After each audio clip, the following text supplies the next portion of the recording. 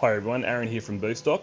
Today I want to have a bit of a look at side head drains. Controversial subject for some people. People are only used to the rear head drains, but I notice as people are starting to push 30, 40 and even 50 pounds of boost, we're starting to have more issues. So this is another option to look at. So I actually go into this port here.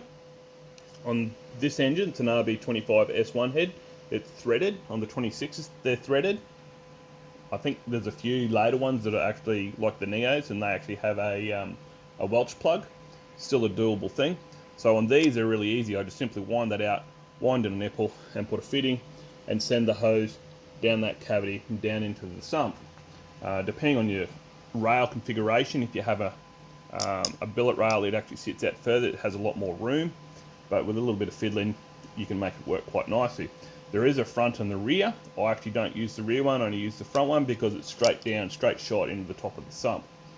I modify the sump, put a fitting in, and away we go.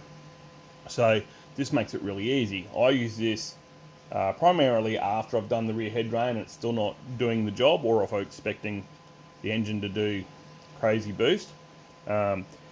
This does not work with the stock intake on any of the engines that I'm aware of. It does work with the Greddy style, and obviously all your billets like your Hypertunes, your CPCs, your Plasma Mans, those kinds of things. They nearly all have space there. Some of them need a little relieving here around this area depending on how they're made, but there's space there. A little bit of fiddling, you can make it work. I run an AN10 and down to the sump, no more problems.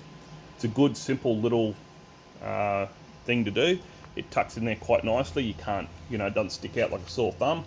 Looks neat. It's a positive thing that works.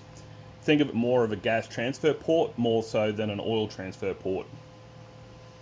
Hope that helps some of you guys fix some of your issues you're having. See you on the track.